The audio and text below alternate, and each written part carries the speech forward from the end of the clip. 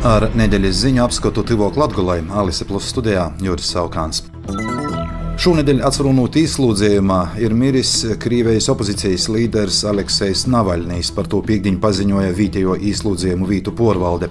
Igaunijas orlītu ministrs Margus Cahkna, komentējot ziņas par Navaļnija smierti, sacīja tai: Navaļnijs numura cītumā, kur Krievijas varas īstoģis jū izslūdzēja napamatotai i nataisnīgai, toļi no saviem tiviņīkiem, sīvas i bārnem. Mēs esam zaudējuši cilvēku, kuro mūža darbs bija cīņātīs pret Putina slepkavnīcisku valdēšanu drūsmīgi i skaļi. Pazateicot jam, pasaulis uzzino, kas patīsībā Krievijā notiek, tieši šis darbs i cīņa jam izraudējis liktiņīga. Citāta beigas. Navaļnijam bija 47 godi. Latvijā šonedēļ sāroja muzikas draugi. Sestdiņ Reigas Svētos Marijas Magdalenes baznīcā notiek atsavadiešana no mirušo komponista, 3 zvaigžņu ordeņa virsnīka, Leivonu Gūda pilsūņa i grupas Pērkons dibinotoja Jura Kulakova. Pēc atvadu ceremonijas Reigā komponistu apglobojas privātā ceremonijā dzimtes kopūs Leivonūs.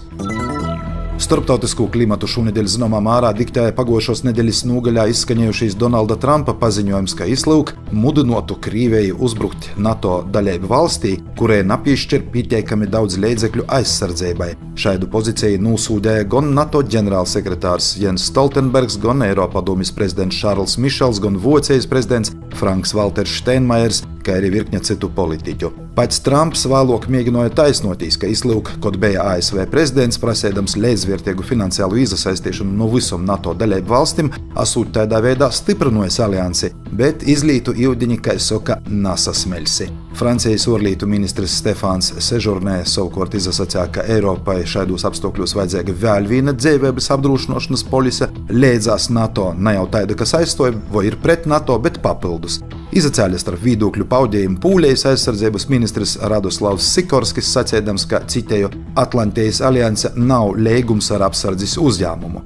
Nevar apgalvot, ka tieši itamā sakarā, bet pat Krievijas prezidents Vladimirs Putins trešdiņ paziņoja, ka Džo Baidena uzvara Amerikas Savienotos Valstu prezidenta vēlēšanos novembrī būtu labākais iznākums Krievijai par to, ka Baidens, kā politiķis pēc Putina dūmam, asūt pieredzējušoks i paredzamāks par Trumpu. Visu šo nedēļu Doņetskas apgabala Avdijivkā turpinājās niknas kaujas. Ukrainas karavēri gatavoja jaunas pozīcijas agrākajā rūpniecības centrā, kuru Krievijas karaspēks ir apleņs no 3 pusēm. Jāatzīmē, ka Krievijas armija jau mēnešiem ilgi mēģināja ieņemt Avdijivku par to, ka itos pilsētas krišana Moskovai būtu nozīmīga simboliska uzvara. Tamā pašā laikā Ukrainai Vācijā šonedēļ parakstīja vienošanos par sadarbību drošības jomā, kas bija spēkā 10 gadus. Itamā gadā nostiprināja Vācijas atbalstu Ukrainai 7 miljardu eiro apjomā. Tī ir konkrēti īrūči, attiecībā aiz kurim ir jau konkrēti līgumi, tā norāda Ukrainas prezidents Volodimirs Zelenskis.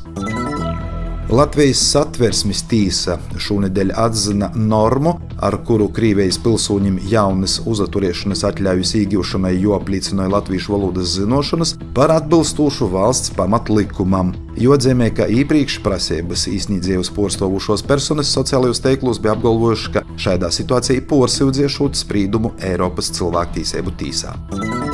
Daugavpils dūmis priekšsēdētājs Andrejs Elksniņš šonedēļ nosūtīja vēstuli ministru prezidentei Evikai Sīliņai, finanšu ministrijai, vides aizsardzības reģionālās attīstības ministrijai, kā arī Latgoles planavošanas reģionam aicinājot pilnveidot pašvaldību finanšu izlīdzināšanas sistēmu, par to, ka pašreizējo naroda pašvaldībām līdzīgas iespējas ar likuma nosacītos funkciju izpildēji. Šonedēļ turpinājās Daugavpils pilsētas gada budžeta planavošana, kurumā dūmnieki ir spīsti veikt virkni taupības pasaukumu. Šonedēļ Berlīnī sociās starptautiskīs kinofestivāls, kurumā demonstrēs Dāvja Sīmaņa filmu Marejas klusēšana filmas epizodis, topušs Daugavpils cītūksnī, iesaistot pilsētas iedzīvotājus i izmantojot vēsturiskas Daugavpils ēkas. Savukārt Daugavpilī Vienības nama Pūļu kultūras centrā Varšavas īlā 30 šonedēļ atklāta žurnalistis, fotografis i mākslinieks Ineses Minovas glaznu izstāde Ļautīs savam sapnam. Izstādē būs apskatāmas daudzveidīgas i atmosfēriskas gleznas, kas ir radītas pavisam nesen, i vēl nevienā izstādē izstādētas nav bijušas. 21. februārī Daugavpilī Augšdaugavas novada kultūras centrā Vorpa i 28. februārī Ilūkstis kultūras un mākslas centrā notiks informatīvi semināri par atbalsta saimšanas iespējām uzņēmējdarbības sokšanai i attīstībai Augšdaugavas novadā.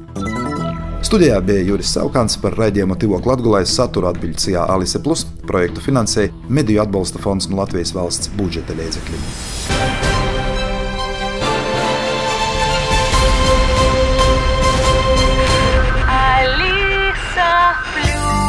Radio